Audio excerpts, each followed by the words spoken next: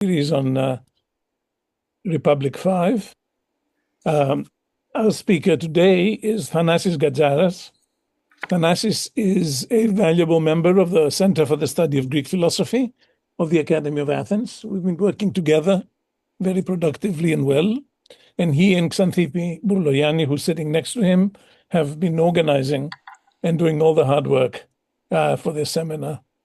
Thanassis received his PhD from the joint program between the Department of History and Philosophy of Science at the University of Athens and the general section, the Department of Philosophy of the Polytechnic Institute, under the direction of Vasilis Karasmanis, who I don't know if he's there or not.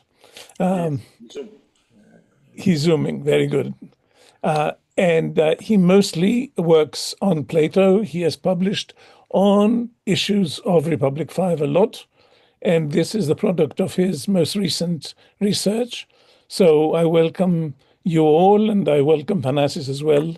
We are at your disposal, so to speak. Okay, so thank you very much, Alexander. I'm very glad to be here today, not as a moderator, but as a speaker. And thank you all for being here. So let me immediately proceed to my paper. So the final pages of Book 5 of the Republic introduce one of the most extensively discussed themes in Plato's philosophy, the distinction between episteme and doxa, along with their respective objects. By objects of episteme and objects of doxa, as well as the terms episteme and doxa, I broadly follow Jessica Moss' interpretation, according to which Plato's epistemology is object-based.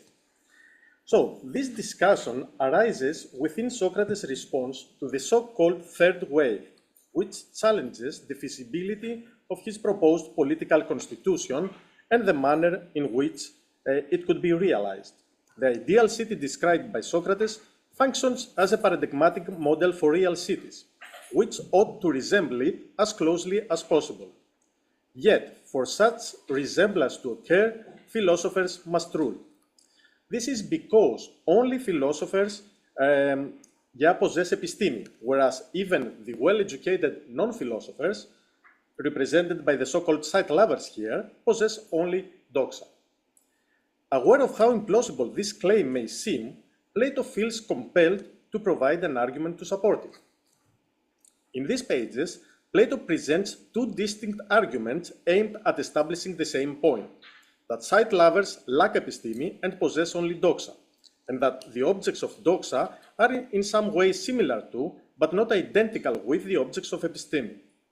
Each object of episteme, for example the beautiful, the just, the pious, and so forth, is one in number, while the objects of doxa consist of many beautifuls, just, etc.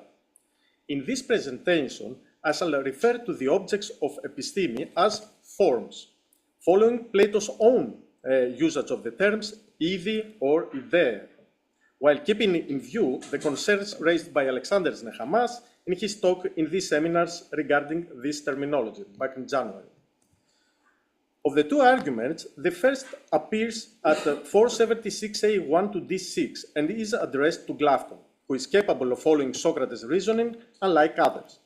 The second argument, found at 476d7 until the end of the Book 5 of the Republic, is addressed to the sight lovers. This means that the latter proceeds from premises they accept and formulates syllogisms they are able to follow. Its conclusion is that doxa is a sort of power, dynamis, laying between episteme and agnoia, and that the objects of doxa lay between being and not being. In today's presentation, I shall examine neither the entire argument nor the notions of episteme, doxa, and agnoia. Instead, I will focus on the passage that serves as a single premise within the broader argument, one that determines the objects of the sight lover's cognitive power, which will shortly afterwards be identified with the objects of doxa. I have divided this passage, called the main text, into 4 parts, Part A, Part B, Part C, and Part D on your handout. The core of this premise is located in Part B, and I read it. Of all these many beautifuls of yours, surely there is not a single one of them that won't appear as ugly. or of the many just that won't appear as unjust, or of the many piouses that won't appear as impious? No, said Glaucon, they must always appear as in a way both beautiful and ugly, and similarly with your other examples. But what about the many doubles? Do they appear any less as halves than as doubles? No. And bigs or smalls, light or heavies, they won't be called by whatever names we give them, will they, any more than by the opposites of these? No, he said, they will always keep both. So, the text informs us that whatever the sight lovers call beautiful, pious, large, etc., also appears as its opposite, namely ugly, impious, small, etc. So, by using the term opposites, I refer here only to enadia, not to aditheta nor to contradictories. A few lines later, in part D, we read that these things lay between being and not being, metaxi ουζίαστε kai tu mi einai. The question then is what exactly the two extremes, being and not being, as well as the intermediate state, are supposed to mean. So, let me be clear from the start, as it was in my abstract. I tend to defend a purely existential reading of this passage, maintaining that Plato really does claim what sounds utterly absurd, namely that the objects of doxa lay between existence and non-existence. By existence, I associate in this context the meaning of the verb to be and its derivatives einai, on, and ousia with what Charles Kahn has called the locative nuance of the verb to be, meaning being here or there, as opposed to being absent from any location. Thus, I read the phrase F is a being as meaning F can be found somewhere, whereas F is a not being means F can be found nowhere. Accordingly, in the phrase F is, I take the incomplete use of the verb to be in its locative existential sense. F is located somewhere. And likewise, F is not is taken to mean F is located nowhere. This sense of existence seems to fit perfectly with the common sense of the theoretical background to a non-philosopher in Plato's time. Thus, I do not burden the existential meaning of the verb to be with any metaphysical implications derived from later philosophy. Although the ancient Greeks until Plato had made no theoretical distinction between the various uses of the verb to be, existential, predicative, veridical, etc., I aim to show that in this passage, Plato is focusing primarily, if not exclusively, on its existential nuance.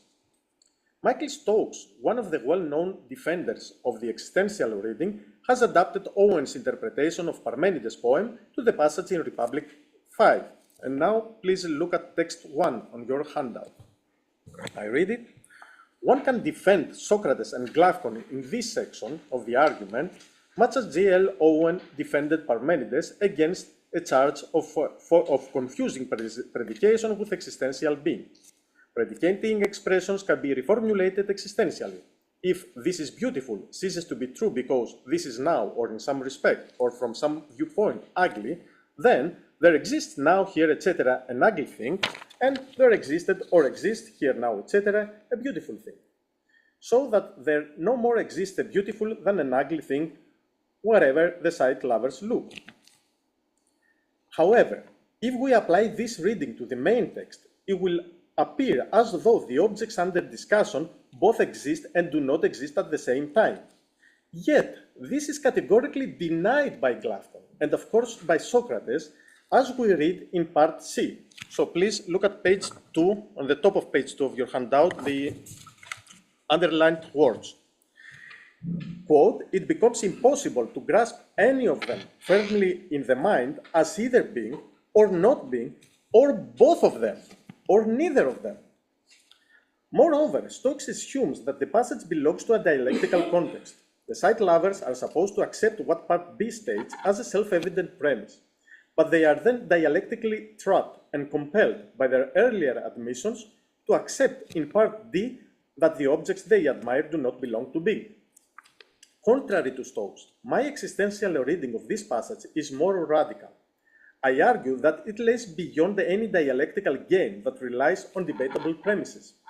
Rather, it constitutes a robust metaphysical claim that Socrates himself endorses as true, the claim that sensible opposites, and only sensible opposites in this context, such as beautiful and ugly, pious and impious, and so forth, genuinely occupy an intermediate ontological level between existence and non-existence. So far, however, most readers favor variations of the predicative reading of the text. According to this interpretation, the statement that the many beautifuls, etc., lay between being and not being means that each of the many things called beautiful is both beautiful and non-beautiful, and similarly for the just, the heavy, etc. This may be understood in several ways. First, something that we call F is F in one respect and not F in another. For example, Simmias is tall relative to Socrates and short relative to Phaedo. Or B, something is partly F and partly not F. For example, a spinning top is both moving and standing still in that its horizontal axis moves while its vertical axis remains unmoving, to take the example from book 4. Or C, F is a type that includes both F and non-F tokens. For example, Cephalus and Polemarchus' account of justice in book 1, the justice to give back what you owe, is both just and unjust in the sense that this type includes both just tokens when only sane individuals are involved and unjust tokens when insane individuals are involved.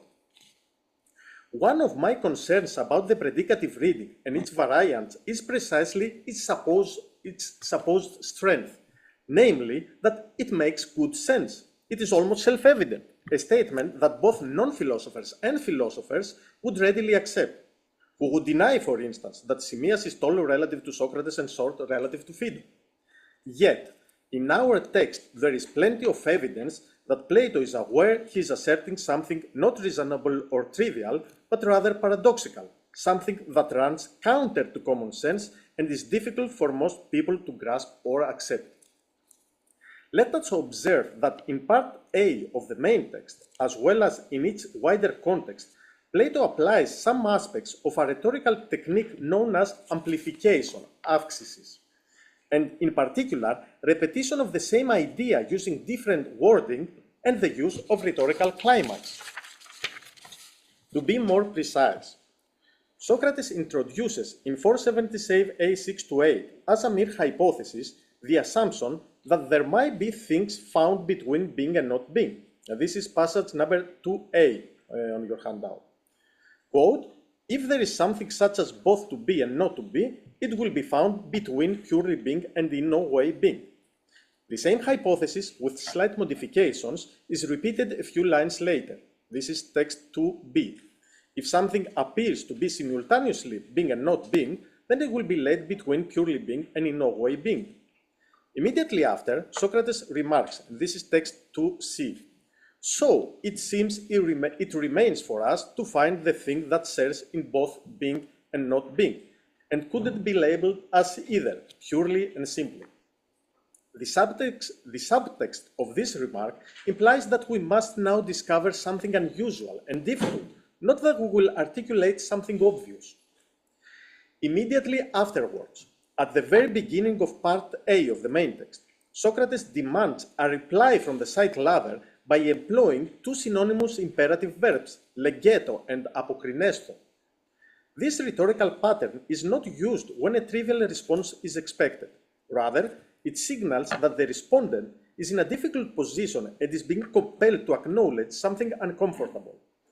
Additionally, the two similar in meaning adjectives addressed to the side lovers in the same sentence, Christos and Ariste, reveal Socrates' irony and his intention to imply the opposite of their literal meaning. The side lover is neither splendid nor a fine fellow, since he rejects the forms. It is precisely this rejection that triggers Socrates' irony, for what he states immediately after is the paradoxical consequence of this rejection. Moreover, in part C of our main text, Glaucon associates what has been just said with bizarre riddles and paradoxes that people tell at parties for entertainment. And finally, in part D of the main text, there appears to be a rhetorical release of tension. Socrates declares that we have at last discovered, eurekamen, the Greek word, what had initially been introduced only as a tentative hypothesis, namely that the many beautifuls, etc., lay between being and not being. Glavkon highlights this achievement by repeating exactly the same word, eureka.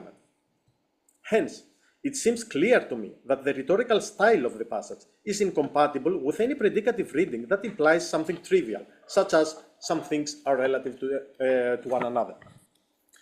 Furthermore, the predicative variant that draws the distinction between types and tokens strikes me as implausible. Let us recall our earlier example, Polemarchus' account of justice. The type giving back what you owe to someone is taken to be both just and unjust, insofar as it includes both just tokens, cases involving only sane people, and unjust tokens, cases involving insane people. This suggests that, in reality, there exists a subgroup of exclusively just tokens, and that Polemarchus simply failed to classify them correctly under the appropriate type. Yet, part B of our text leaves no room for such an interpretation. In this passage, the issue is not the site lover's cognitive abilities, namely their capacity to group tokens under the right types, but the nature of sensible pairs of opposites themselves.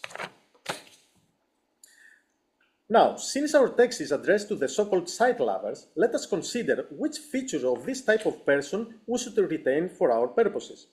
As we see in part A of the main text, along all the traits a site lover might possess, Plato is concerned with only one. A site lover is someone, and I quote, who believes there's no such thing as the beautiful taken by itself, any form of the beautiful itself remaining forever exactly as it is. But he thinks that there are many beautiful things, the site lover who won't put up for a minute if someone says the beautiful is one thing only, and similarly with the just and so on. End of quote. Likewise, in part D of our text, Socrates identifies them with a majority of people, ton polon. And as you see, I have kept the traditional translation of the word nomima, although it may be mistaken if we recall Jessica Moss' presentation. Thus, I see no need to identify the site lovers with any sophisticated and select group of thinkers, such as the Heracliteans or Protagorean relativists of the Theaetetus. Plato introduces the term site lover to refer to people who, unlike philosophers, do not genuinely love wisdom or truth, but instead love sights and sounds that can be found in abundance in public festivals such as the Dionysia of Athens. Soon afterwards, the essential difference between the two groups is clarified. Philosophers acknowledge the existence of non-sensible entities, the forms, things like the beautiful itself and the ugly itself, the just and the unjust, the good and the bad, etc. By contrast, the second group of people, and I would go to text number 3b, who love to listen or to see sights, embrace beautiful sounds, colors, figures, and everything that is crafted out of this. But their minds are incapable of seeing, let alone embracing, the nature of the beautiful by itself. Furthermore, at the start of the book 6, this is passage 4a, Plato makes clear that the distinction he is pursuing is that between philosophers and non-philosophers in general. And in 493e, this is text 4b, Socrates asks Glavkon to recall what was said earlier in book 5, that the vast majority of people deny that there is anything F by itself as opposed to the many Fs. So, Socrates asserts that the site lovers believe that only the many beautiful things exist and that there is no such thing as the beautiful itself or the form of the beautiful. A few pages earlier, we go back to passage 3a, Socrates and Glavkon agree that the beautiful itself, as well as the just itself, etc., is distinct from bodies and actions, namely from things perceived by the senses, whereas a sight lover can grasp only its many appearances. From this, we may infer that, according to a sight lover, only sensible things and the actions involving them exist, since they can be found somewhere. Hence, only sensible things and their acts are beings. Non-sensible things, on the other hand, can be found nowhere, and thus do not exist. They are not beings. Both Socrates and the sight lover would agree, however, that not being cannot be something. It is literally nothing, as the text 5 on your handout says. Nevertheless, non-philosophers might use the name F to refer either to something that exists or to something that does not exist. In the first case, F names a being. In the second, it is a name for not being. Thus, whenever the name F refers to a sensible thing, it refers to something that exists, something that can be found somewhere.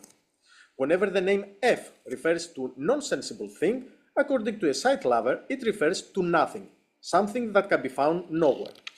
For example, when a sight lover says there are many beautiful sensible things, but no form of the beautiful, he is implicitly saying what we, the sight lovers, call beautiful refers to things that exist, things that can be found somewhere, whereas what you, Socrates and Glaucon, call beautiful refer to something non-existent, something that can be found nowhere. Hence, for a sight lover, if the name beautiful refers to a Platonic form, it names not being, nothing. Since the sight lovers admit nothing beyond sensible things, whenever they talk about things belonging to pairs of opposites, beautiful and ugly, tall and short, etc., they apply the relevant names, beautiful, short, etc., solely to sensible things. Each such thing may be something that makes another thing beautiful, tall, etc., or something that is made beautiful, tall, etc. In this sense, things called beautiful may include bright colors, Helen of Troy, gold, etc., whereas things called ugly may include dark colors, Thersites, mud, etc.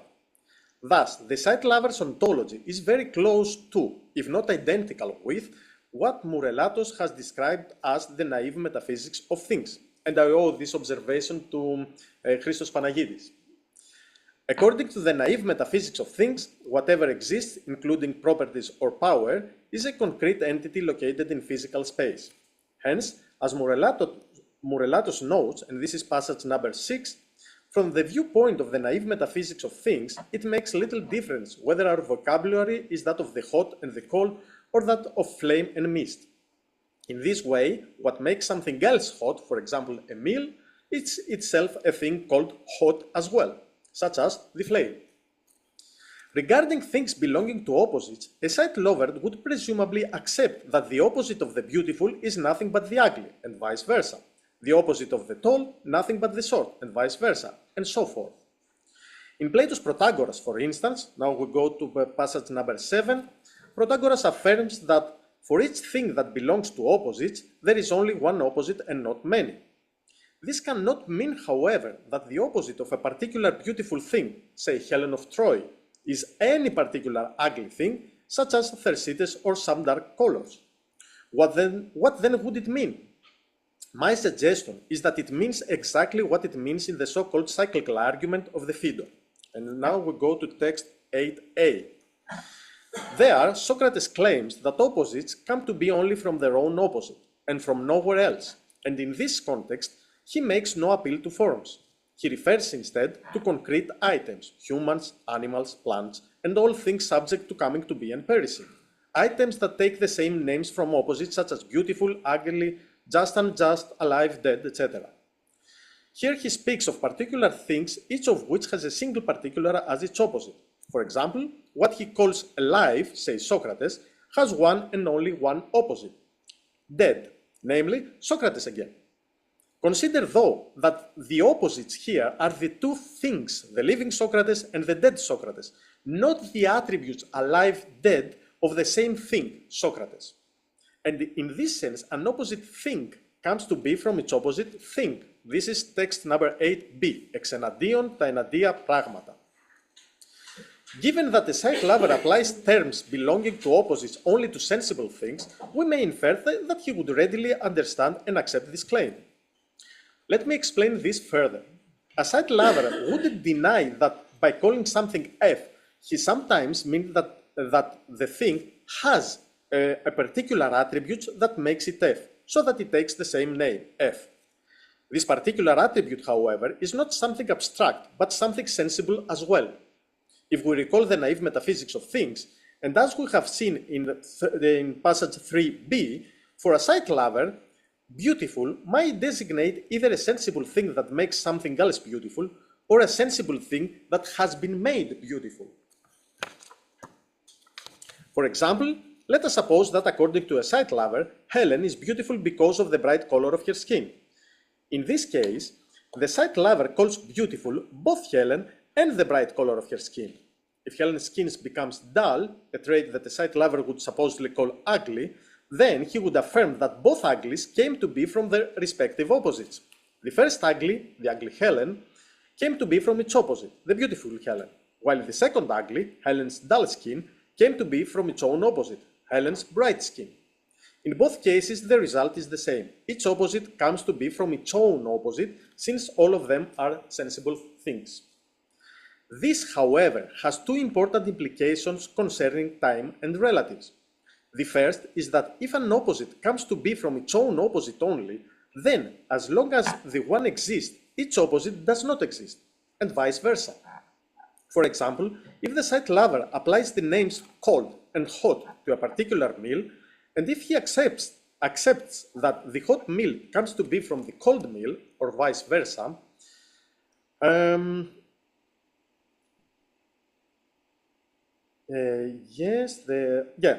as long as the hot, that is the hot meal, is a being, it exists, it can be found somewhere, its opposite, the cold, namely the cold meal, is a not being.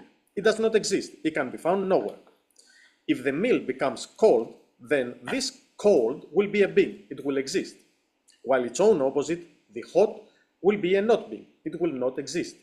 In this sense, any pair of sensible opposites cannot coexist at the same time. The second implication is that a serious problem arises when a sight lover attempts to contrast different but relative things simultaneously. For instance, what the sight lovers call beautiful might be a human being who is beautiful compared to one person but ugly compared to another.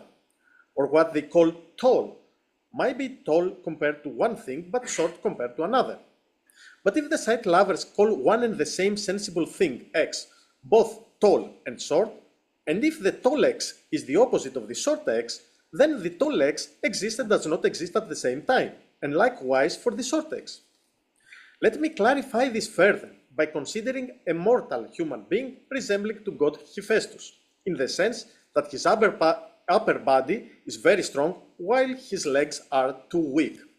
Let us call this human being Smith. There is no problem in saying that this is both strong and weak, if by this we are pointing to Smith as a whole, namely both parts of Smith at once, and we mean that his upper part is strong while his lower part is the opposite. This view, of course, is closely related to the method of the soul's division in Book 4, but I will not examine it here.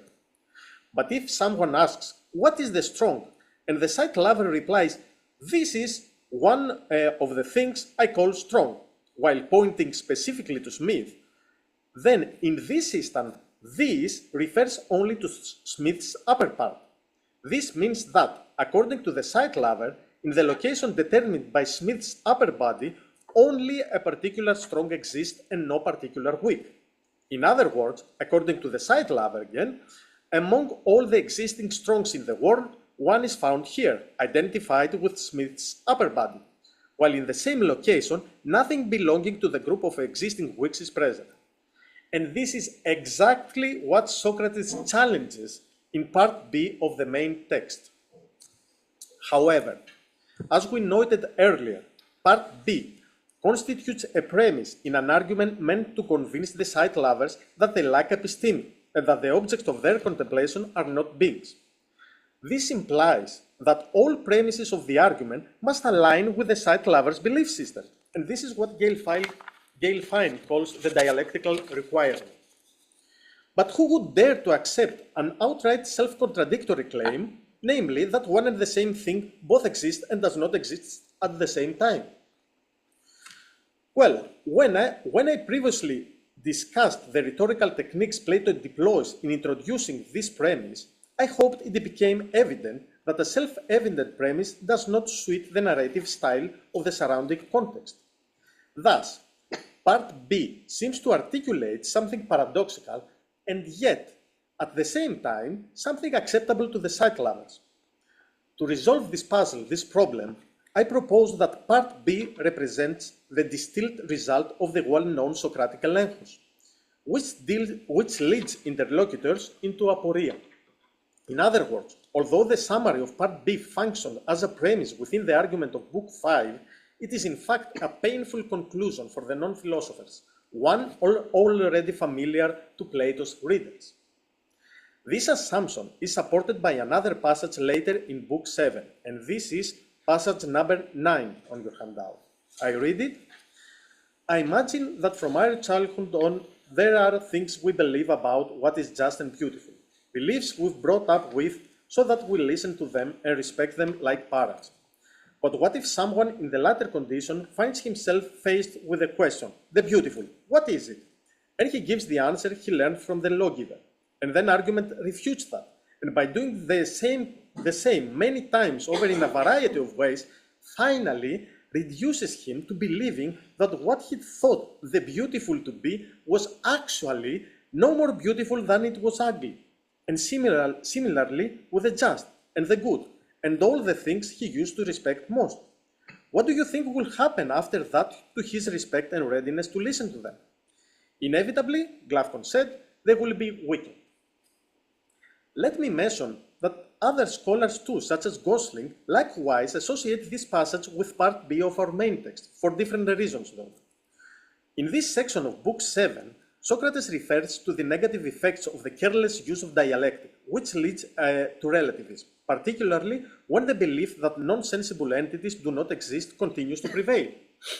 Nearly all the examples that Socrates presents in Part B can be found elsewhere in Plato's works, and they lead to the result described in passage 9. A detailed analysis of all these examples would exceed the scope of the present talk. It would require a separate presentation. Allow me, however, to briefly highlight three representative cases. The first one is the pair beautiful and ugly, taken from the Hippias Major. So, when Socrates asks Hippias, what is the beautiful, Hippias replies, a beautiful maiden is beautiful.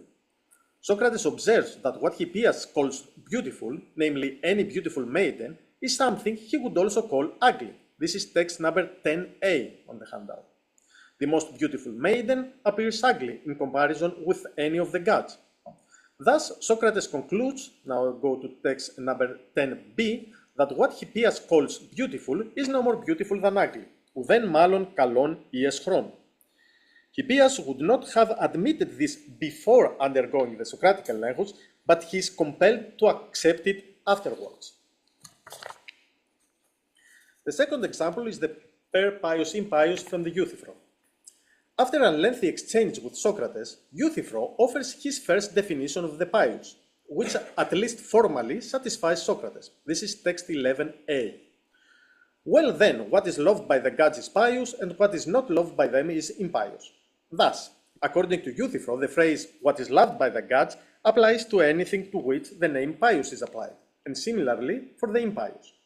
Yet, Socrates reminds him that the gods disagree among themselves about the beautiful and the ugly, the just and the unjust, etc. Whatever some gods regard as just and they love it, others regard as unjust and they hate it. Socrates then concludes, and this is text 11b on the handout, then, as it seems, the same thing are hated and loved by the gods, and the same things would be dear and hateful to the gods. And then the same things would be both pious and impious, Euthyphro, according to this statement. And finally, the first pair, large and small. Since sight lovers admit that the name large refers to something, and since they deny the existence of immaterial entities, whatever they call large must be something sensible. However, there is no sensible thing called large that cannot be called small as well. The Phaedo provides a characteristic example. Simmias is larger than Socrates but smaller than Phaedo. Because the sight lovers reject the existence of forms, and thus the theory of participation, they must look for the large or the small within the set of sensible things they themselves call large or small. If one asks a sight lover, what is the common thing that makes Simmias overtop Socrates and Phaedo overtop Simmias? A sight lover would answer that it is the head, namely the visible difference in tallness equivalent to the length of an adult's head, that makes each taller than the other.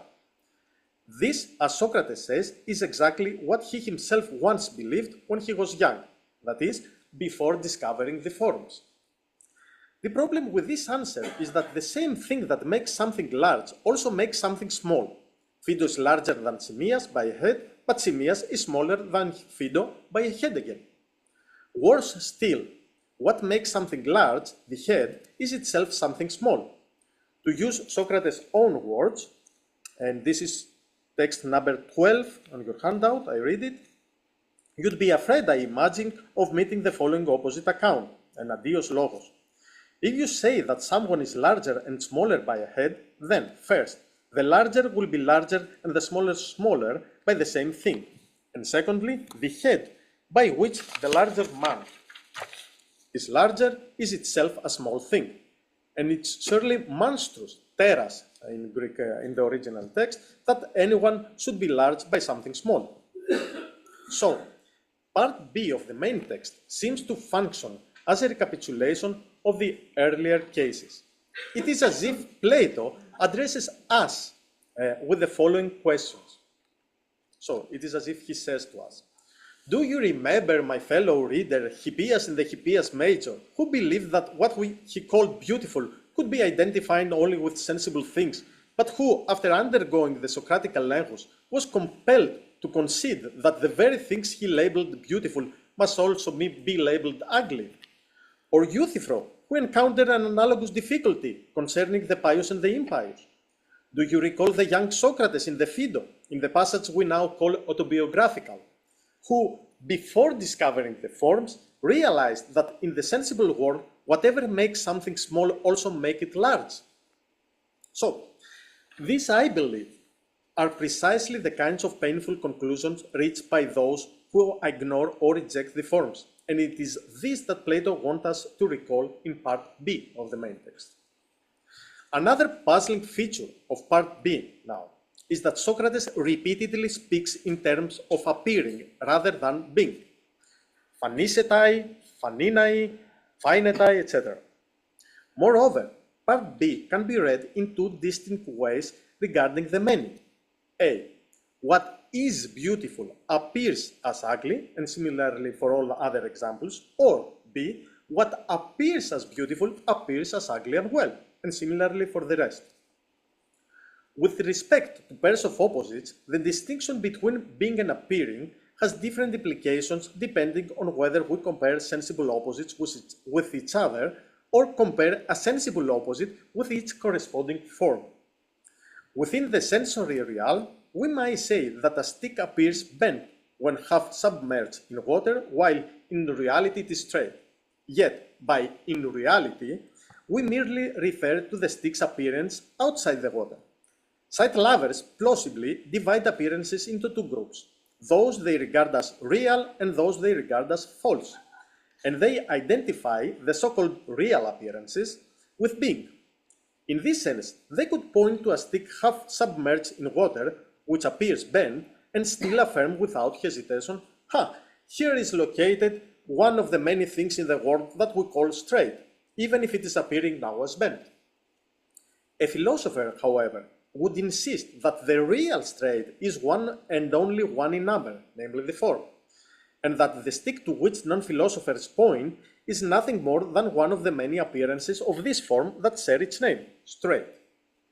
Thus, when Plato says that any sensible opposite called F appears F and non-F, he is not articulating a subjective judgment dependent on circumstances or on the perspective of the viewer, of the eye of the beholder.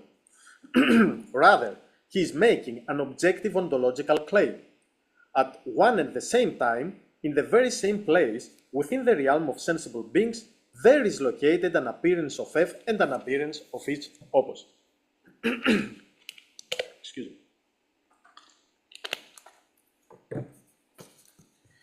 me. So, this assumption is later confirmed in the famous Summoner's passage in Book 7, and this is passage 13 on the handout. This passage reveals that Plato's concern is not with cases in which different external conditions or different points of view make sensible things appear differently. That was Glaucon's misunderstanding, but Socrates immediately dismisses it as irrelevant to the subject of investigation. As the underlined lines in this passage indicate, so you can see, I read it, Glavkon says, so Socrates, you're clearly thinking about things seen from a distance, or the products of shadow painting. And Socrates says, no, Glavkon, that's not quite what I had in mind. By introducing the example of the three fingers, Socrates asks Glavkon to consider them as seen from close up, as you read in the last underlined sentence on the handout. This confirms our earlier conjecture about how a sight lover distinguishes being from appearing. Under the proper conditions, a sight lover would say, we can see things as they truly are. For example, a stick taken out of the water and viewed in sunlight can be seen as it really is, namely straight and not bent. Socrates, however, is not interested in these sorts of cases at all. Thus, he asks us to assume that his example presupposes ideal external conditions. Socrates then states in passage 14a of the handout that each finger appears as nothing other than a finger, regardless of the particular qualities it possesses. This likely explains why, in the main text, Plato is concerned exclusively with opposites and not with things that do not belong to opposites. There is simply no opposite of something like a finger. However, Socrates continues, and this is text 14b, by implying that sense perception reports to the soul that sensible opposites always appear as their counterparts at the same time. And I assume whether or not one's soul notices this report. This is my assumption. As we saw in the case of Hippias, it is only after undergoing the Socratic Elenchos that he realizes his senses report that what appears beautiful is identical with what appears ugly. When we combine this with the earlier claim that the existence of one sensible opposite entails the non-existence of its counterpart, it follows that any sensible opposite appears in an objective way both to exist and not to exist at the same time. This, however, is not equivalent to asserting that any sensible opposite actually exists and does not exist simultaneously. Glavkon playfully simulates this peculiar feature of sensible opposites to a riddle children say, as we read in part C of our main text. So let me read Rowe's reconstruction of the riddle. So you can see it in footnote on page 1 of your handout. I read it. The man who was no man, the eunuch, hit a bird that was no bird, the bat, sitting on a branch that was no branch, a reed apparently, page 1, with a stone that was no stone, a pumice stone. If this reconstruction is correct, the simile is apt. The riddle is not describing something X that is both F and not F. Rather, it describes an F that is not F. Just as in the case of the sensible opposites in part B, where the question under examination is there an F that does not appear as not F? That is why it is a riddle and a paradox. Now, the objects of this riddle and of similar riddles told at banquets epamphoterizusi, the Greek word, just like sensible opposites. The verb epamphoterizin is extremely rare in Plato. Apart from this passage, it appears only once in the Phaedo. Interestingly, Aristotle employs the same verb when classifying animals such as seals and bats. This is text number 15 from Aristotle, De Partibus Animalium. I read it. The seals as well, and the bats, on account of their tending in one case, the seals, towards both epamphoterizing water dwellers and land dwellers, in the other case, the bats, toward flyers and land dwellers. On this account, they partake of both, amphoteron te metechos, and of neither, ουδετερον. So you see the similarity with part C of the main text. The bats as flyers have feet, but as four-footed they do not. And they have neither tail nor rump, no tail owing to being a flyer, nor rump owing to being a land dweller.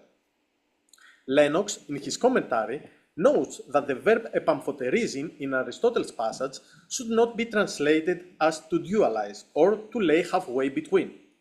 For this reason, he renders it as tends towards both. He also rejects the suggestion that there is a subgroup intermediate between, say, water dweller and land dweller to which the Cetaceans belong, since Aristotle always treats the epamphoterizonta as distinctive groups. Plato, however, is not committed to this restriction, since he classifies the epamphoterizonta sensible opposites between being and not being. Still, he would agree with Aristotle that even if the epamphoterizonta partake of both groups, amphoteron and metέχουση, this does not mean they are both of them, and in this sense they partake in neither of them, ουδετερον. This peculiar feature, for example, a bat, is playfully rendered in Rowe's reconstruction of the riddle with the phrase, a bird that was no bird. What the verb epamphoterizin signifies, according to Glavkon, is the common trait between the things mentioned in the riddle, eunuchs, bats, etc., and the sensible opposites under discussion, the beautiful, the just, and so on. Concerning the latter, Glavkon affirms, and now we go again to the underlined phrase of part C, page 2 of the handout. I apologize for this back and forth. So, Glavkon affirms that, I quote it becomes impossible to grasp any of them fairly in the mind as either being or not being, or both of them, or neither of them. This aligns with the case of the eunuch. If a eunuch tends towards both epamphoterizin being a man and being a woman, then a eunuch is neither a man, nor a woman, nor both of them, as a hermaphrodite would be, probably, nor neither of them, as a piece of wood would be. But at the same time, Glavkon's remark also implies a difference between eunuchs, bats, etc. on the one hand, and sensible opposites like beautifuls and just on the other. A bat may tend towards both flyers and land dwellers, but both flyers and land dwellers are beings. Being is the summum genus that includes all of them. Beings qua beings do not epamphoterizin, they do not appear as not beings, and a sight lover would readily agree. Recalling the locative nuance of the participle on, it cannot be the case, for example, that Helen presents herself before Menelaus while at the same time not doing so, to borrow an example from the known Euripides work, Helen. Accordingly, a eunuch qua eunuch and a bat qua bat are beings. They do not tend toward being and not being.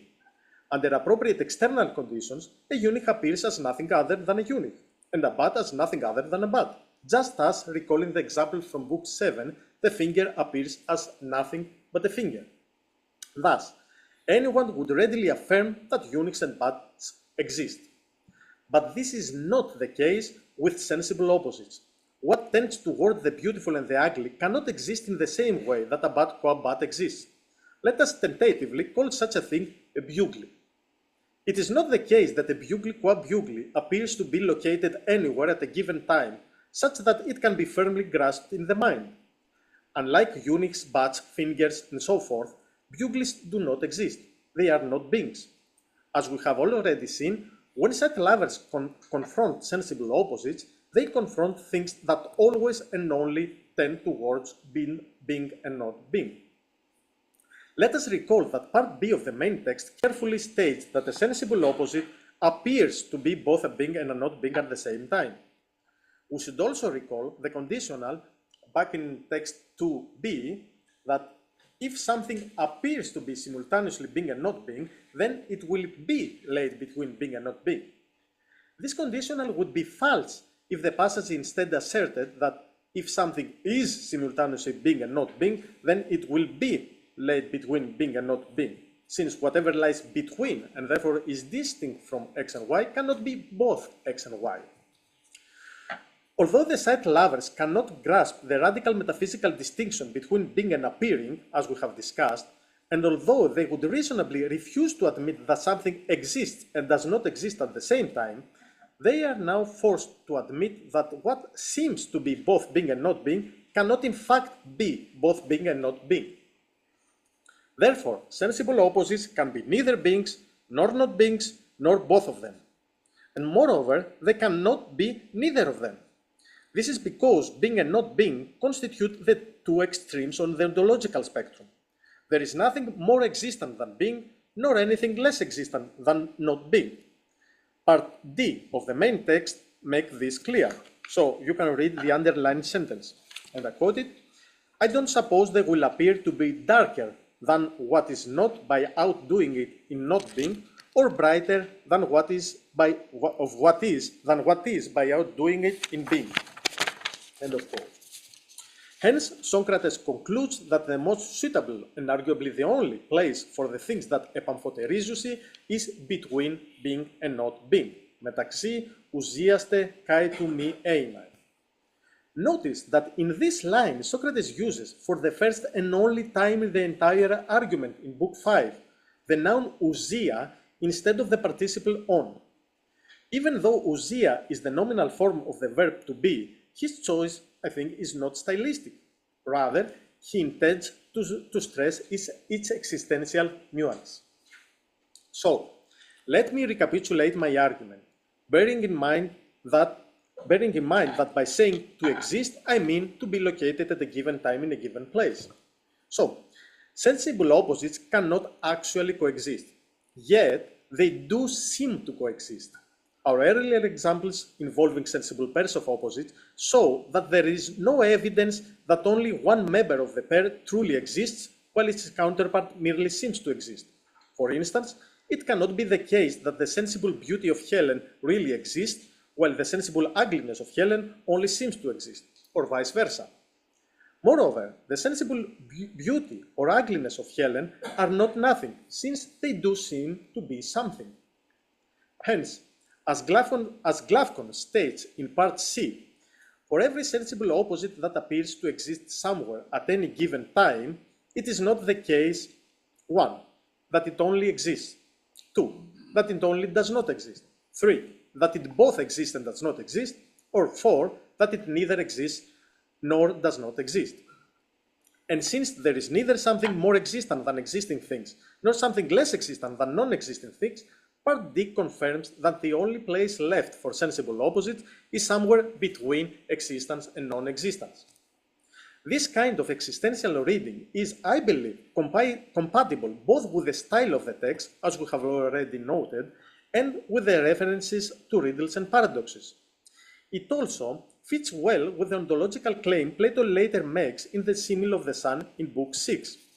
In passage 16 on your handout, the sensible opposites are metaphorically rendered as mixed with light and darkness, which literally means mixed with coming into being, gignomenon, and perishing, apolymenon. But gignomenon refers to things that come into existence, while apolymenon refers to things that cease to exist. Thus, this passage too reaffirms that sensible opposites are a mixture of existence and non-existence.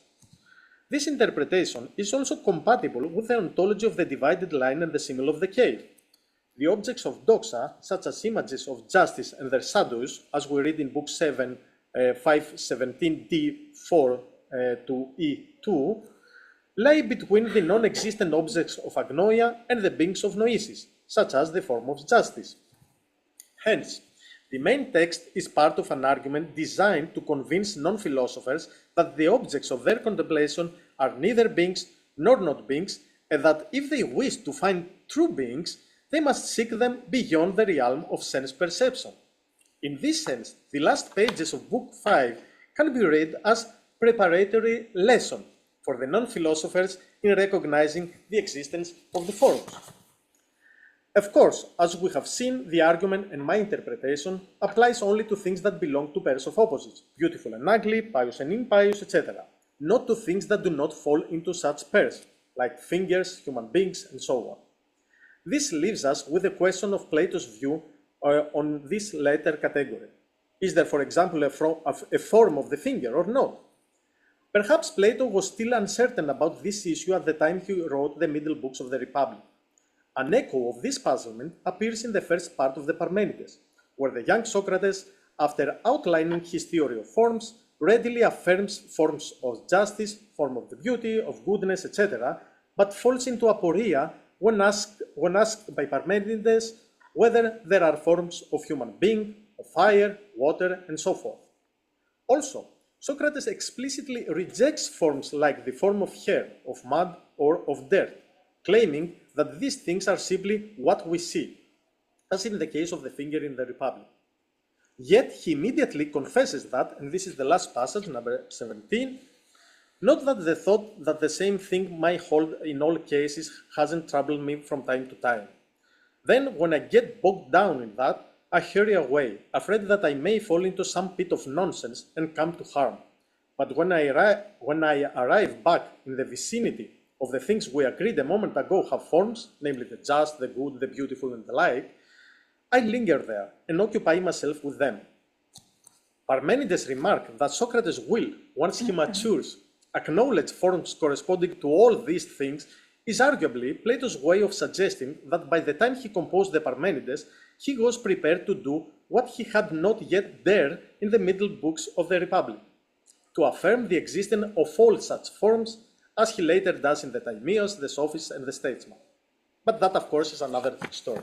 Thank you.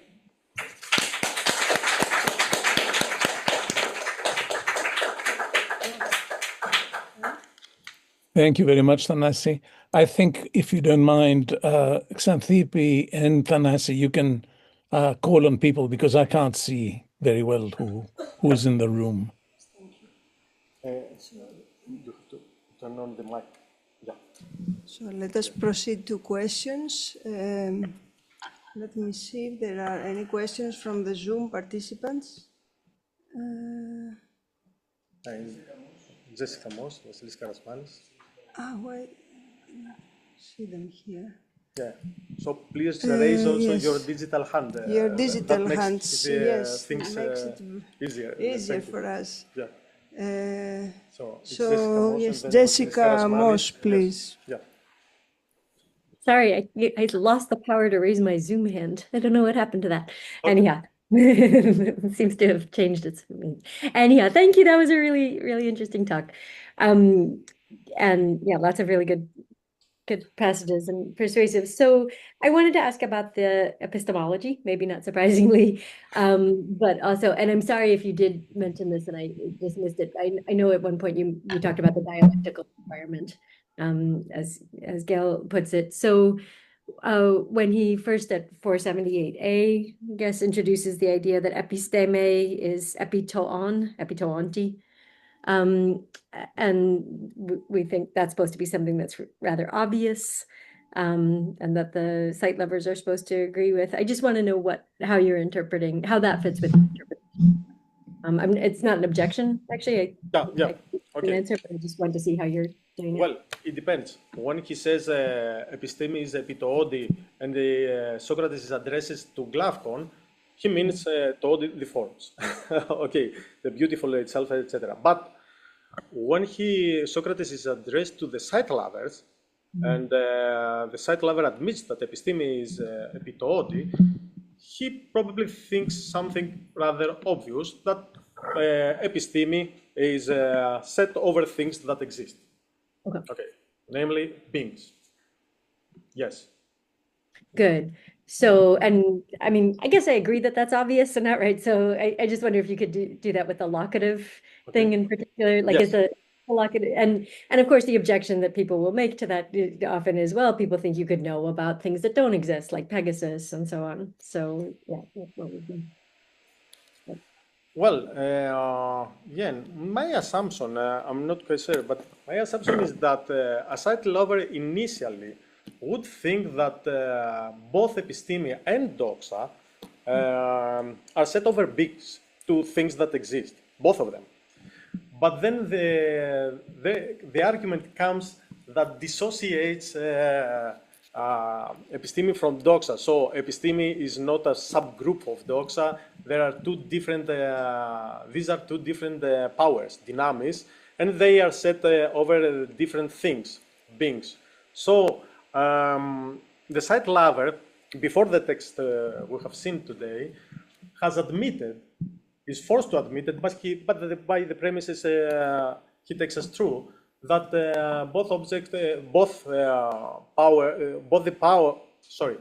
that episteme and doxa are two distinct powers, and their objects have to be distinct as well. And the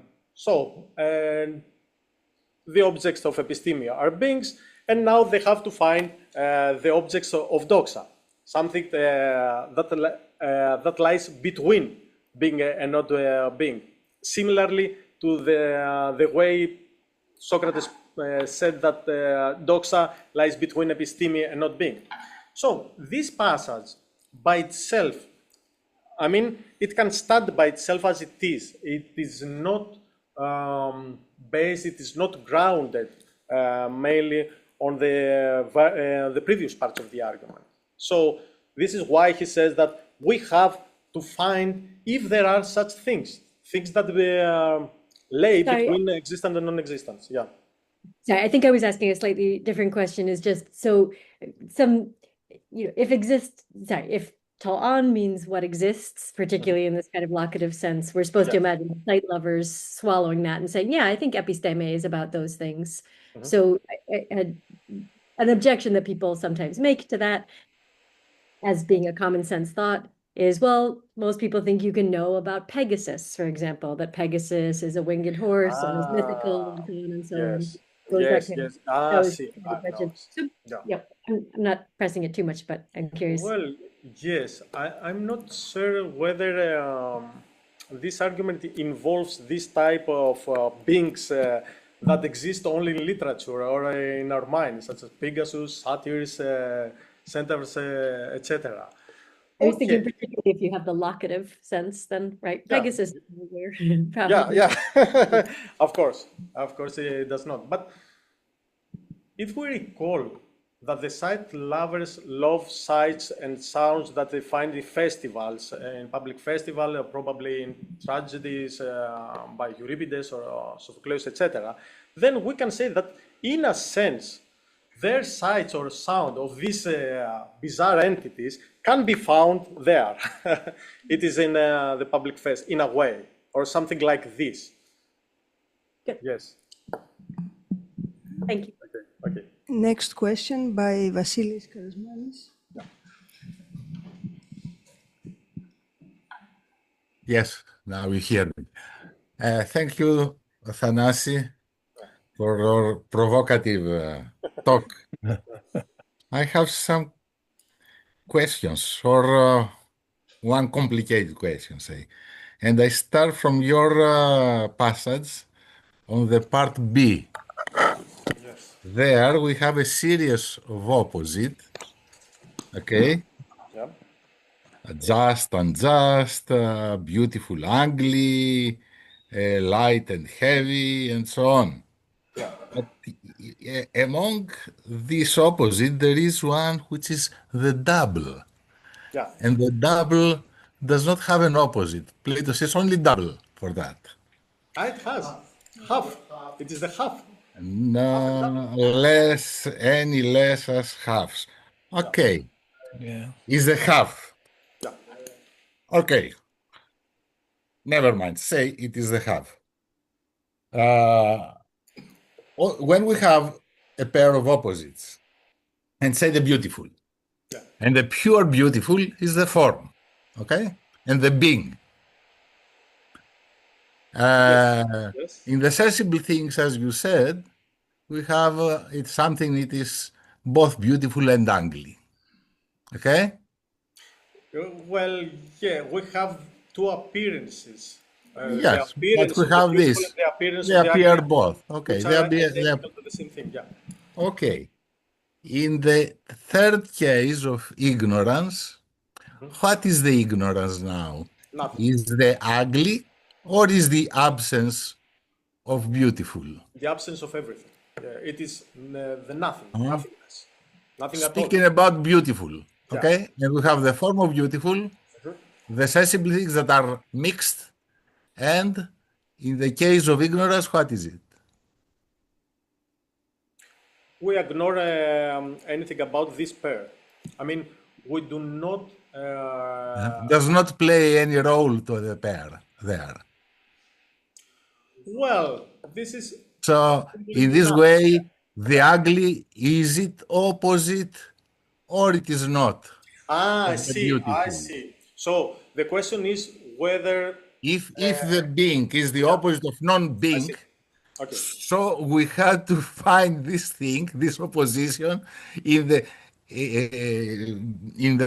being and the non-being, in a sense. I don't know, in some way at least. You understand? I see. And I see. this means that do we have only good forms or also Yes. good and bad? Yes. This is the What problem. do you believe about forms? Yeah. Yeah. Many Well, people believe that we have only good forms, and the bad forms, the bad things, are absence of that. But also in 4576 passage A, Plato says, and for just and unjust, and the good and the bad, and yes. of all the Yes. forms. Exactly. So Yeah. speaks about bad forms there. So Yeah. that's Yeah. Yeah. my Well, I like your answer to that. okay. Yeah, this is a genuine problem. And I think that the argument and my reading works only if we accept that there are this kind of forms. Otherwise, probably it does not work. It is not, so it does not work if we assume that the ugly is the absence of beauty or the not being. It seems to be something specific. Otherwise, if it were the absence of the beauty, the example he gives are asymmetrical to each other, because on the one hand, we have the pair half and double. It is not that the one is the absence of the other, or the pair tall and short. Again, it is not this case. So it seems that the same occurs with pairs of beautiful and ugly, and pious and impious, etc. Otherwise, it does not work, the argument. So we have to see both parts of the pair of opposites as symmetrical, not that the one is the absence of the other. Okay. Yeah. Thank you. But I think that you have to think a bit more on that point. Yes, I know this is a problem. Yeah. Thank you. Are there any questions from the Princeton? No, yes, Lucas Capades. Yeah, thanks a lot for this. I have a small complaint too. It was too condensed. It's obviously a treatise, a shortened treatise, not even a lengthy article. So luckily I have my migraine crisis yesterday, so otherwise, yeah. So I compliment you for all this work. Let me first jump in the discussion you had with Jessica. Well, it's always the domain of the existence. It's always in a privilege of the arguer. So it can be as the arguer wants. So, and if this is so, for people who want to sustain that there are no beings other than spatiotemporal beings, then no beings other than spatiotemporal beings. There is a way out by claiming that when you in fact claim that you know about Pegasus, that it is a winged horse, then there is no thing about which you know that there is a winged horse, because there are no such thing as Pegasi. So it's the scope of the quantifier in the propositional attitude. If it's outside the propositional attitude, then the claim that you know something about something that does not exist is downright false. Right? Yes. Yeah. So that could be possible. But nonetheless, in this argument, Socrates seems to be interested only in real things. Yeah. I mean, the finger and the human beings and plants. Exactly. And also things that he believes they exist, beautiful. But what if someone plays the arguer of the devil, the devil's advocate, at call for these things? How one ought to reply to this possible objection? I think that a possible way out of the objection is to claim that the quantifier about these things that are not sensible lies outside the propositional attitude. Right? You see, so that there is no epistemic object about things that do not exist. Yes. Okay, this is one. And the other thing, I do not want to nudge you towards any claim or thesis, but just I want to you to clarify something for me. So I find it absolutely plausible, and in fact, I'm convinced. But never mind about that. Who cares if I'm not convinced? But I find it absolutely plausible, the idea that unless the opposites are not anchored to some ideas, unless there is no the f in itself or f itself, the idea of f, then the sensible opposites, the things that according to the side lovers exist, then fall into complete, they are neither beings, nor not beings, nor both of them, nor neither of them. But so assume that we anchor the opposites upon ideas, that we are ontologically committed to the existence of ideas. What changes within the spectrum in between? Clearly, they're still neither Fs nor non-Fs, no. But there's something, attack it, glissement de son, it's something that we still say that they are neither F nor not F, but then the claim is more substantial or convincing. Well, okay, I don't know if this, if the question makes sense to you. I think. Yeah. I think I understood. So, again, Michael. Okay, so let me restate it. So the question is, what changes if concerning the sensible opposites if we accept the existence of forms and the theory of participation? Right? Never mind about theory. Yeah, we need it. Well, this is the difference here is, and now I am based, I'm grounded on the Phaedo, is that in the Phaedo, if we accept the forms and the theory of participation, then these attributes that belong to pairs of opposites are dissociated from sensible things. I mean, now they work as an attribute that is found there.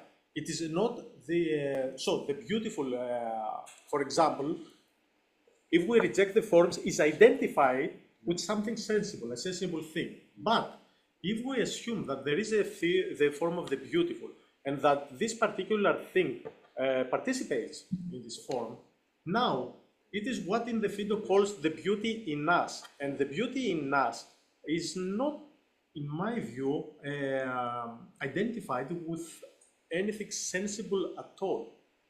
I mean, you might say that Helen, yes, Helen participates in the form of beautiful and therefore she's beautiful, but this is, this beautiful now plays the role of an attribute. Yeah. Okay. My worry was slightly different. According to your view, they are the side lovers. Yeah. Socrates says to them, you're talking nonsense. These sensible things are neither beings nor not beings, neither both nor neither. Yeah. Platonic ontology is founded. You have the ideas of the opposites. You have the forms of the opposites. But you still have the sensible, which is in between. Right. Where are they? Because the initial claim by Socrates, according to your view, is this: they are neither F nor not F, nor both, nor neither. Neither of them. Makes them inexistent because there's no place for them. Right. What changes now? Well, if we take them still as appearances of the relevant form, nothing changes. So, actually, but he does accept that there are such things as the sensible things. Yes, he does. Isn't this contradictory? No, I don't think so. Because now I have again to recall Phaedo, where he says, let us take the example now. Now again, Socrates and Simmias. Okay, where Simmias is taller than Socrates, but shorter than Phaedo. he again uses language in the locative spatial sense. So he says that when we compare Simmias to Socrates, now the largeness comes within, whatever within means, Simmias. But if we compare Simmias to Phaedo, then the largest either perishes or goes away. This is the exact words says, and then comes another attribute. So this makes different.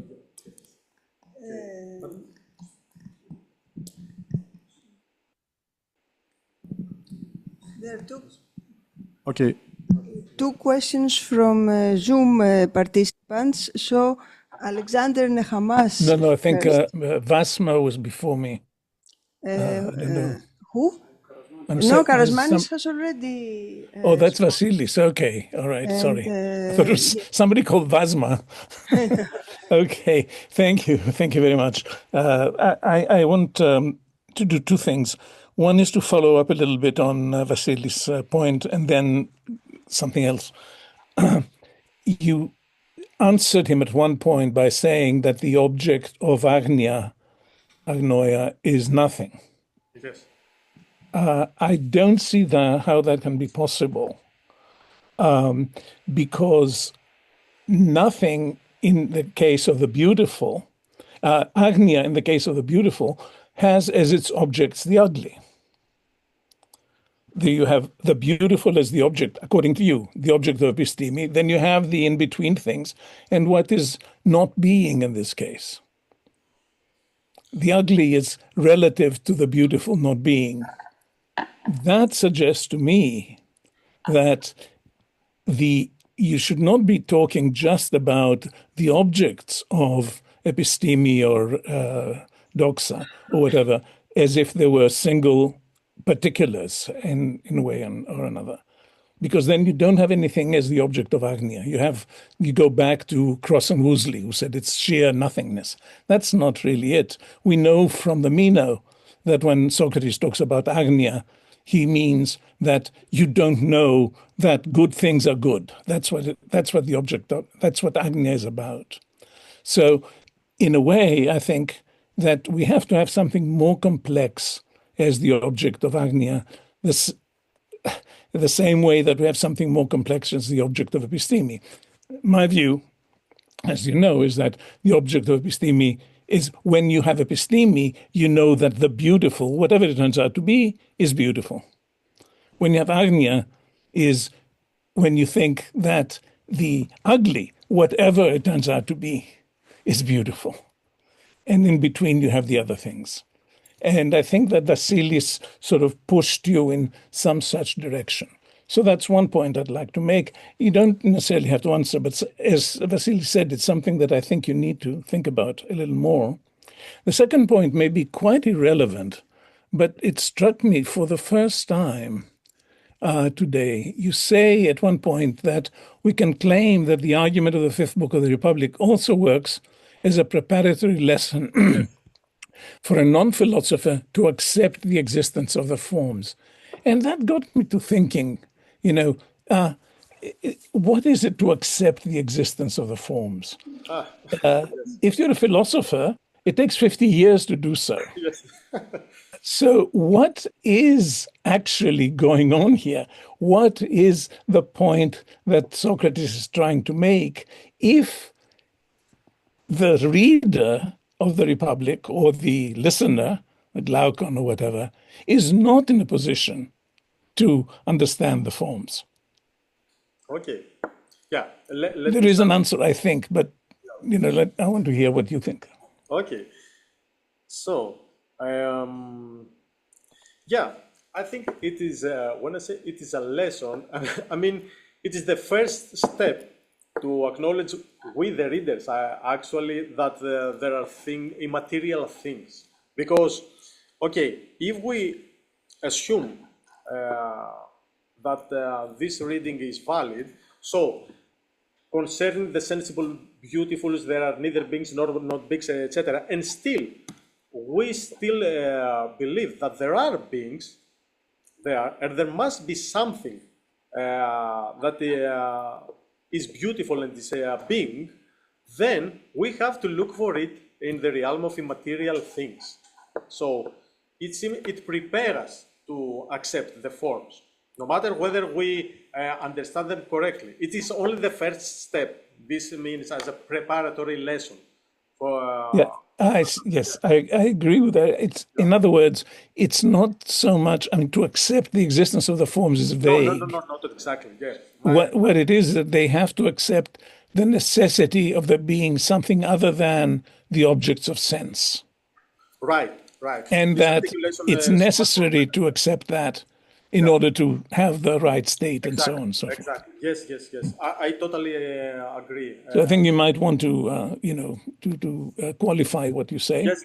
Exactly. Yes. That's what. As for the other object, the other subject, I don't need an answer now. I just think it is important to think about what counts as the object of agnoia. Yes, but only the one thing I would like to say that, in my view, the knowledge and doxa and agnoia in Meno is not the same with the Republic, because in the Meno as well as in the Theaetetus, doxa episteme seems to be a subgroup of doxa, and it has to do probably with almost certainly with the propositional contents. But this is not the case here in the Republic.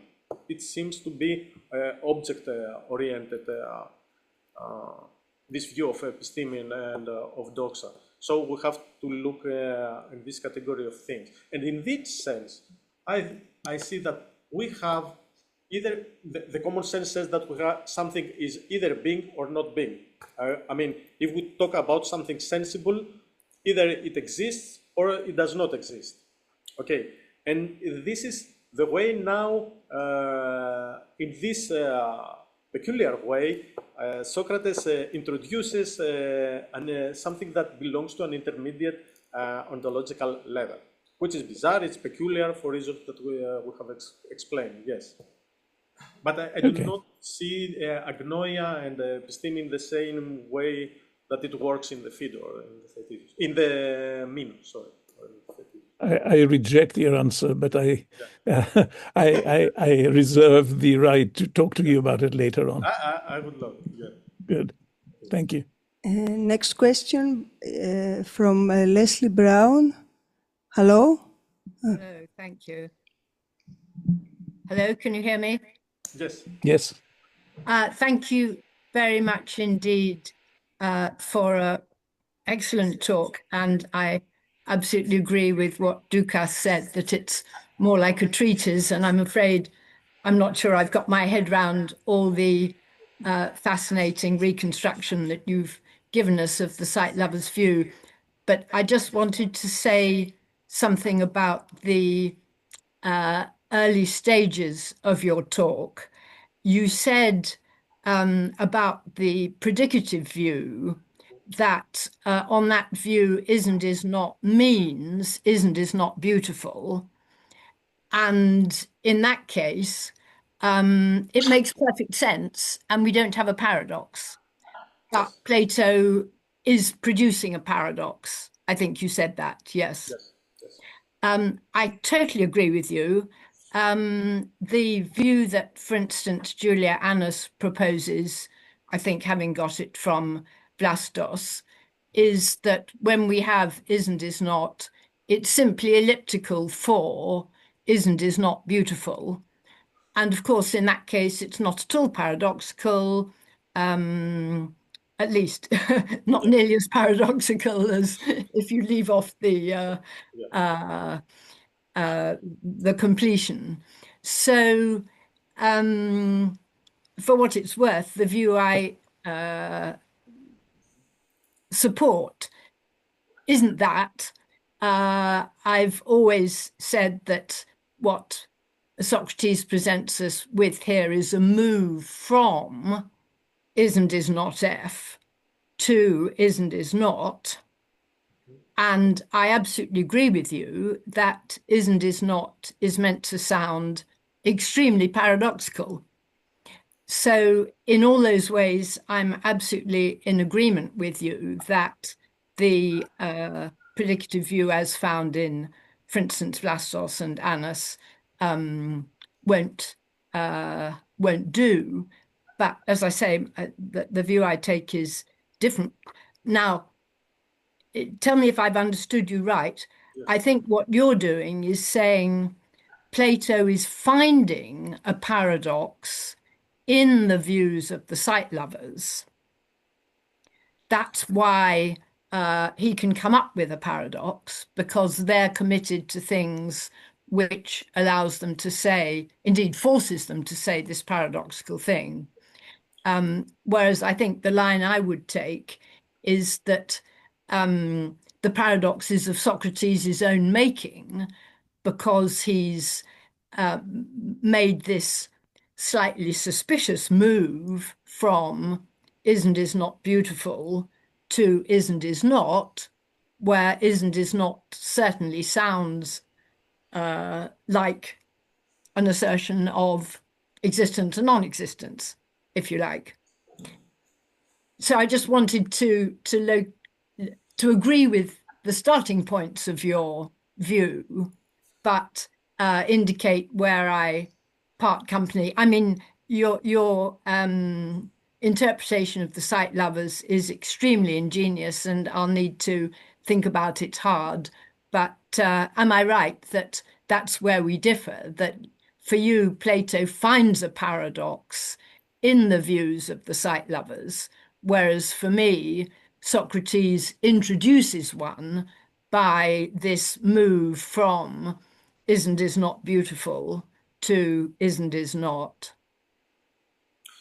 Well, in both cases, I think the paradox is found when we reject forms in general, and we try to find the beautiful, etc., in the sensible realm. Now, in this case, we have the paradox. I mean, I think it's exactly the same that Socrates mentions in the so-called autobiographical passage in the Phaedo. He said, when I used to be young, etc., I thought that 1 + 1 makes 2 for this reason. He didn't accepted forms by the time he makes this suggestion. And without assuming the forms, without discovering the forms, he realized there that something's going on, something going wrong here. There is something paradoxical going on here. So I recall Vlastos' interpretation. This it says that Socrates realized that the sensible opposites have problems when he discovered the logico-mathematical truth of these entities. But I think it is the other way around. I mean, Socrates, the young Plato, first discovered the problems because he was not assuming the forms. And so first Plato saw the paradox, and then he had to discover the forms to solve this paradox. So in both cases, I think that the paradox is asserted when we assume that there are not forms, not existence. I don't know. Does it really answer to your question? So the sight lovers are no different from anyone who doesn't accept forms. Right. Yes. Right. Yeah. Just one other tiny point, but it's a bit of a quibble, really. You made a lot of the appearance in the text you called C of or both. In other words, you put that in bold, and it's very important to your point, to your whole thesis, that both is denied. Does it worry you that this is in the mouth of Glaucon rather than of Socrates? No, not really, because had Socrates disagreed with this point, he had to mention it. I mean, as we saw in the Summoner's passage in book 7, Glaucon says something and Socrates then rejects it. No, that is not what I had in mind. And Plato does it often, I think. He makes Socrates' interlocutor to say something that Socrates disagrees because he expects a misunderstanding of his view or something like that. In this case, it seems that Socrates totally agrees with what Glaucon says. Yeah. Thank you. Any questions? Yes. Stefano. Yes, so thank you very much. I really found that interesting. I'm not saying that out of courtesy. So let me see. If I got it right, the things that are both beautiful and ugly, or both pious and impious, or at any rate appear to be both pious and impious, have a status intermediate between pure existence and pure non-existence, because on the one hand, we cannot say that they are absolutely nothing, but on the other, opposite particulars, such as the beautiful Helen and the ugly Helen, or the uneducated Yannis and the educated Yannis, cannot really exist at the same time. Now, the problem I have with that is that the view that some things occupy a position that is intermediate, it's not existence properly so-called, but it's not non-existence properly so-called either, is a substantial metaphysical thesis. Yes. It's also difficult for me to accept, but I'm entirely sure that it wasn't difficult for Plato to accept.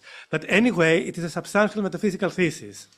Whereas the thesis about opposite particulars, to the effect that they may succeed each other, but they don't really exist at the same time, seems to be a doubtful principle. Sorry, seems to me to be a doubtful principle. Why not say that in some cases opposite particulars do not exist at the same time, they succeed each other. For example, Helen was beautiful and then became old and ugly. So the beautiful Helen ceased to exist and the ugly Helen exists in her place. But in other examples, the opposites exist at the same time. So if Helen has a beautiful body but an ugly character, then the beautiful Helen and the ugly Helen exist really and properly at the same time. So this principle about opposites seems to me a doubtful generalization that is not capable of supporting a substantial metaphysical thesis, like the thesis that there is a status intermediate between pure existence and pure non-existence. So that's a criticism of Plato, not of you. But anyway. Yeah, okay. Okay, let me try to answer it on behalf of Plato. I don't know. So, when we compare Helen, on the one hand with gods, and on the other hand with something ugly, I don't know, pots, as Socrates says, something trivial. Okay. Then we say that Helen is both trivial and both beautiful and ugly. Okay. Now the problem is that the site lover, or whoever rejects forms, identifies something, identifies what he calls beautiful or ugly with a material thing. Okay. And he also admits that one and the same thing cannot coexist with its own material opposite. Okay, if we take these things together, now we get the paradox. Okay, your question is whether it is really true or not. That principle about opposites, yes, which the site lover accepts, according to what you said, and presumably also Plato accepts, yeah, according to the Phaedo.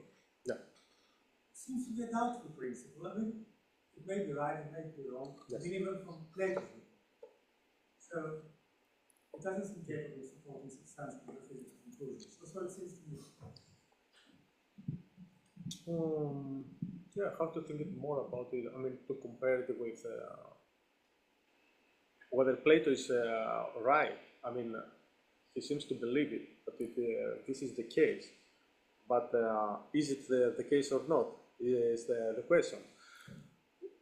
Well, the problem is that, okay, he begins from plain metaphysics, that something either appears somewhere at a given time, in a given place, or not. Okay, and two opposite things cannot coexist at the same time in the same place, etc. But now, if we identify some whatever, if we have to identify a sensible thing, an opposite, an attribute opposite with a sensible thing, and we have also identified its opposite, the opposite attribute with the same thing, now we have to admit that two opposite things that supposedly have not to coexist at the same time, actually seem to coexist at the same time. Okay. I have to think about it a little more. To see. I mean, of identifying the opposite qualities themselves. Yes. Well. Yes. But there may not be such a reason. Probably. Yeah. But in the Phaedo, when Plato accepts forms, then he finds no problem with it at all. This is another subject, the so-called compresence of opposites, where compresence of opposites presupposes forms. And in this sense, the attributes tall and sol are compresent in simias, in the sense that the one is in respect is this, and the other, the tallness is in respect to Socrates, and the shortness in respect to Phaedo. But this is it is another point. Yeah. There is a question by Christina.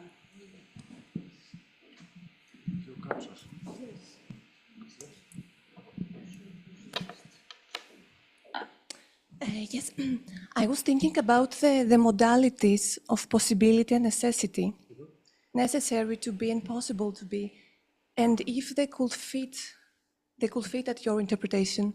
For example, to interpret επαφωτερίζουσιν with the modality of possibility, possible to be or possible not to be. Or Plato does not introduce this? Not at all. He does not. This is assertion. These are assertions. There is no modality here that. Well, probably he could say that necessarily appear to be so and not so, but not possible. I don't think this is the case in this passage. Does not apply necessity for the ideas. Sorry? He does not apply necessary existence for the ideas, for the forms. I think he applies this, but this is not part of the argument here, because it is addressed to non-philosophers. This means to people who ignore or reject forms. So he makes no use of forms here. But as I said, prepare us to accept something material as a first step. So he talks about sensible material things, and he says that things as they look to be and what seems to be real. So it's so if we see also the Glavkon's answer, yes, it has to be so and so on, seems to be necessarily true. Yes, but it's not. I think it has nothing to do with possibility. Yeah. Okay. Yeah.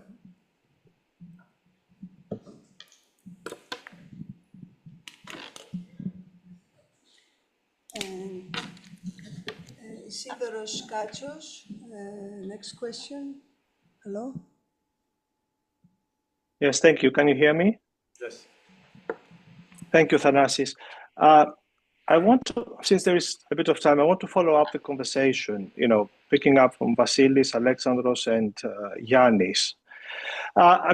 Yannis mentioned the example of beautiful Helen, but he distinguished between two different respects. He said she might be, either respect in terms of, body and character, or in terms of two different points in time, T1 and T2. Yeah. But I wonder, I think that the way you read Plato, you want to make a stronger claim. You want to claim that in a given moment in time, T1, in one and the same respect, for example, the body or the soul, we have a person which we call, which we want to predicate as beautiful or ugly. Now that person is Helen. So when we say Helen is beautiful, yes. Or if you want to take a broader case, someone who is beautiful, both in terms of the body, the face, and the character. Let's assume, a beautiful person in all respects. Now, my question is, how does that qualify in terms of your interpretation of Platonic metaphysics? Now, does this mean that this person is not perfectly beautiful because it is intermediate between the beautiful and the ugly? Or does it mean that this person, the most beautiful person we can ever imagine in all respects, the most beautiful individual person we can respect, is at the same time beautiful and ugly in all the respects that we can think of? Okay. Let us keep in mind that we begin from the assumption that we talk only about sensible things, okay? Not about immaterial things, the things that are not sensible. So when we talk about beautiful, etc., we talk only about sensible things. And in this case, concerning the beautiful, Socrates says that even if you take, he explicitly says it, that take the most beautiful girl, let's say, in the world, okay, the most beautiful human being, from all respects, under the condition that all these respects are somehow sensible, okay?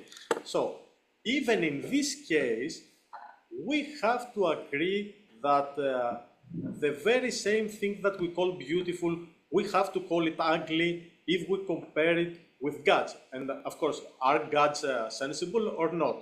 No matter what they are or whatever a sight lover believes about gods, he has or she has to accept that they have to be more beautiful than the most beautiful human being. And it seems that in the spectrum between the total ugliness and the total beautifulness, whatever is less beautiful than something else has to be called ugly. Only in this case, the argument and my interpretation works. Okay. Yeah. So the way you understand beautiful and ugly or opposites, it is in terms of degrees of perfection, to understand you correctly? No, not in this sense. No, because in this case we will face a serious problem when we come to pairs like double and half or mathematical terms of opposites. It has nothing to do with perfection. And so in what sense? Yes. In what sense is the most beautiful? So in what sense is the most beautiful person in the world ugly compared to the gods? Well, I don't know. Okay. I take it as it is. Don't you think you have to come up with some kind of meaningful explanation? Oh, well, it depends what any non-philosopher has in mind.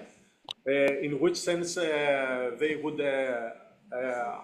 claim that the gods are more beautiful than human beings. Probably whatever they mean, the colors or the symmetry of their face or whatever they might have in mind.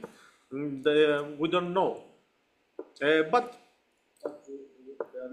okay. but there are no. Perfect sensible doubles. They are not perfect. There are not perfectly sensible doubles. And many scholars, also Alexander Nehamas, has written a paper against the so-called approximation view. Yeah, so perfection is not part of the question. Okay, but yeah. Yes, probably, yeah. Yeah. There is a question. Stelios?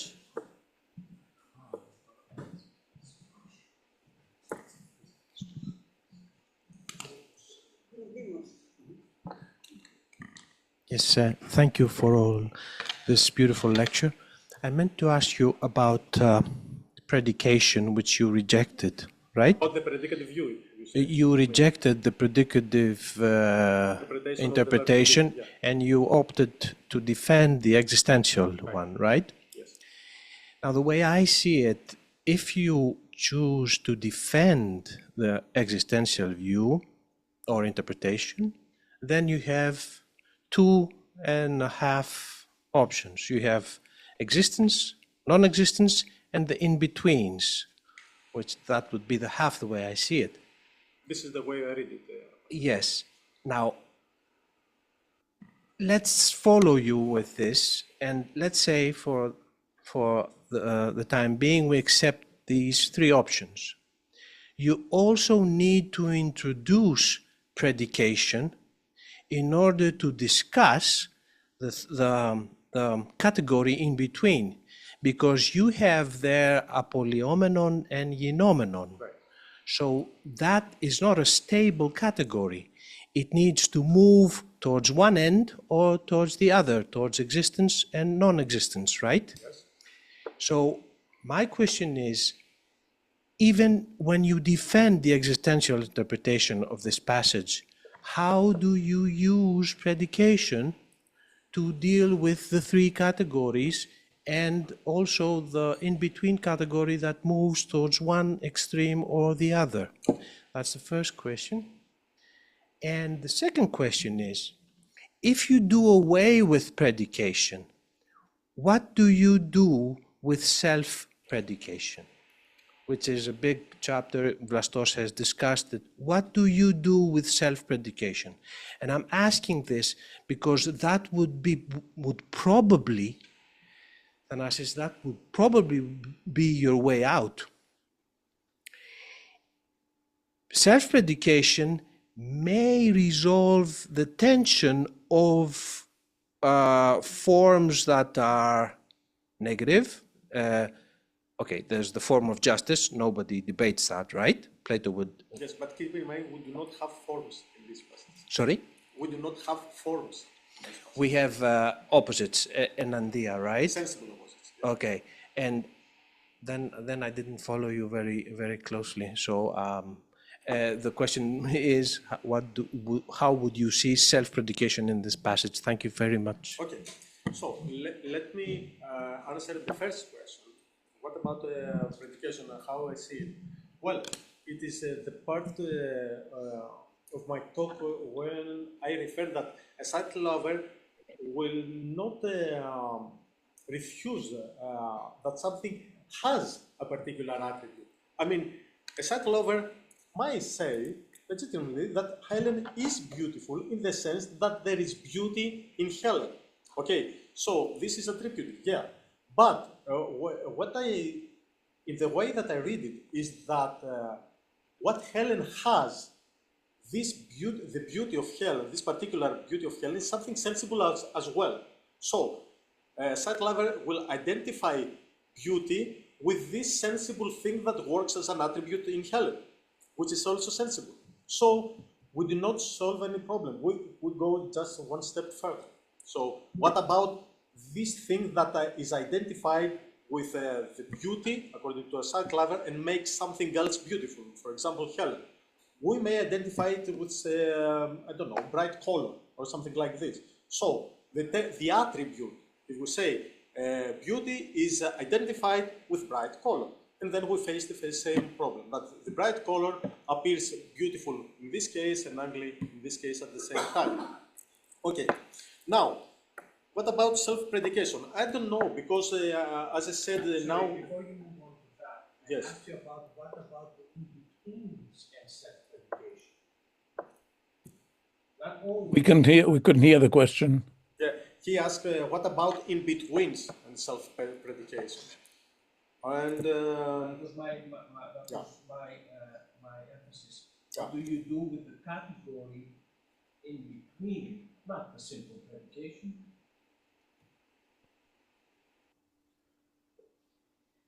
Well, in this case, yes, if a sat lover says that Helen is beautiful, that Helen has beauty within her, whatever it might mean, whatever within might mean, Socrates would reply that this attribute that is an appearance of beauty and also is an appearance of ugliness. So the same things that makes Helen beautiful makes also something else ugly. So the same thing is what makes something both beautiful and ugly.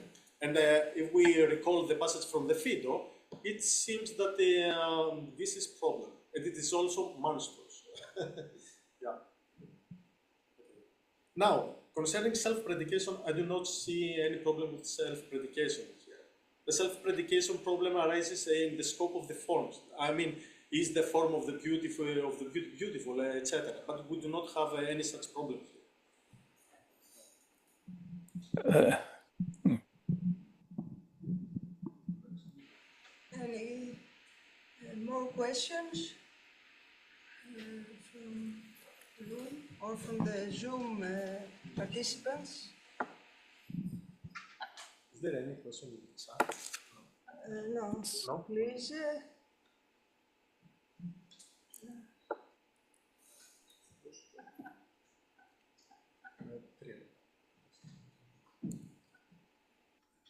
It's almost 7 o'clock by your, or 8 o'clock, whatever. Somebody, yes, one last question. Oh, if there is a question, by all means. I think Gail Justin wanted. Yes, by Gail Justin. Please. We cannot hear you. Yeah. I have a question. Yes. Or not really a question. Can you hear me? Yes. Yes. Okay. I think that your objection to the predicative view was that it's not really very, I don't know how to put this, very difficult to understand qualifications. Yeah. But I've had a lot of students who can't really understand a qualification. In fact, sometimes my husband doesn't understand qualifications. So I don't really know that that's a strong enough objection to the predicative view. And I was, I guess I tend to agree with,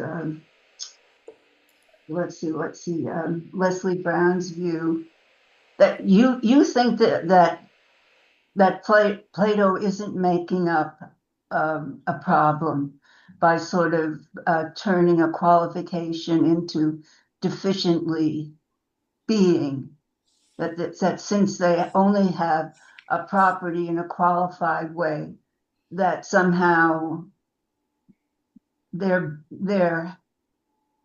being that is deficient, that Plato makes that move. I took that to be Leslie Brown's interpretation, that Plato makes that move, which is sort of a sly move. But you seem to think that the sight lovers, that Plato really sees a problem in the sight, a real paradox, that he's not making that paradox up. Yeah. Okay. You don't have to defend that. I mean, there would be no way to decide between those two ways of reading the text. I think my only comment was that I don't think the fact that things are qualified, statements are qualified or should be qualified, I don't think that that's so obvious. I mean, that I really think that many people don't understand the notion of a qualification. And I think that that's one of the things that Plato discovered, so to speak, that these claims have to be qualified. Yes. Okay. Okay. Okay. Thank you. So, let me say it is something different to say that something is difficult to grasp, and another thing to say that this thing, no matter it is easy or difficult to comprehend, is paradoxical or not. I mean, even in the case of in this case, we may agree that probably it is difficult at the beginning to understand it, but once you get it, you say yes, it makes sense.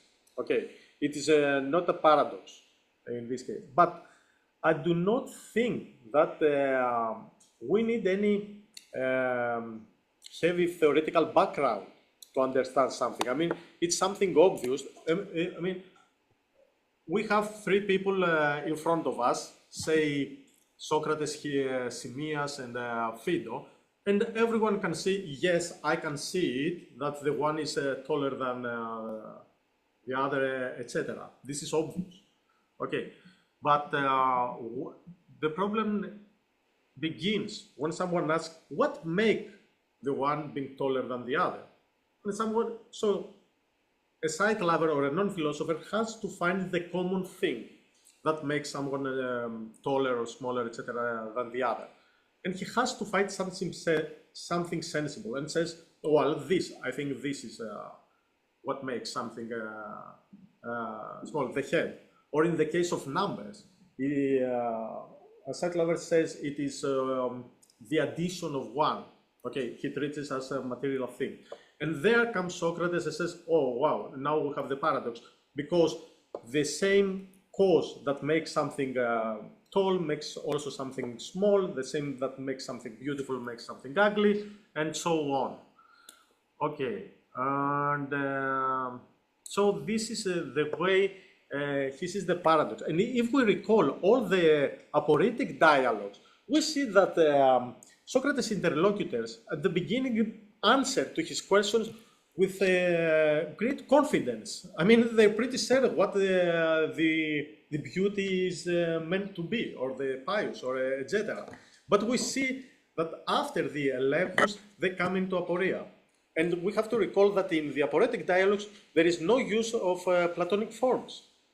They see that there is something paradoxical that comes here. But of course, in the aporetic dialogues, there is no metaphysical ontological claim that we never see Socrates in the aporetic dialogue saying, oh, so what you believe is ontologically between being and not being. No. He uses what Plato did in the earlier dialogues to assert now for the first time in the fifth book of the Republic an ontological claim.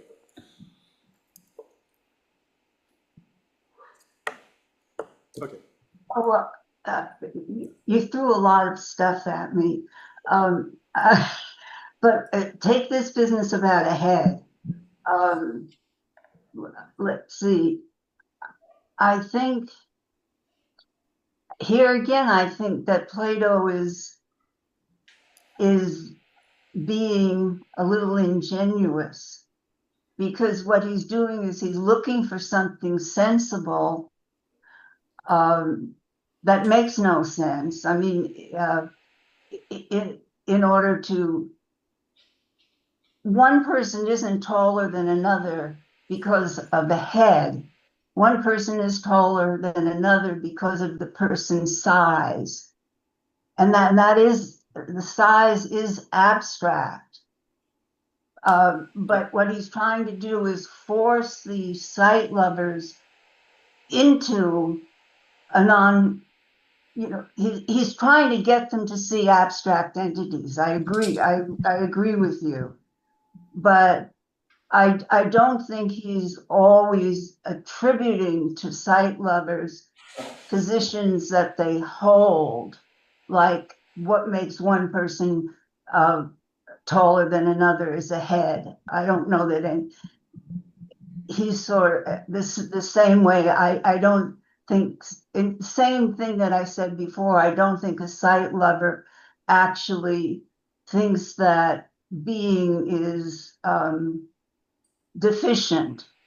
I mean, he moves, I think, from the qualifications to deficiency of being, and then he moves from they think that Helen is what is beauty is what Helen is.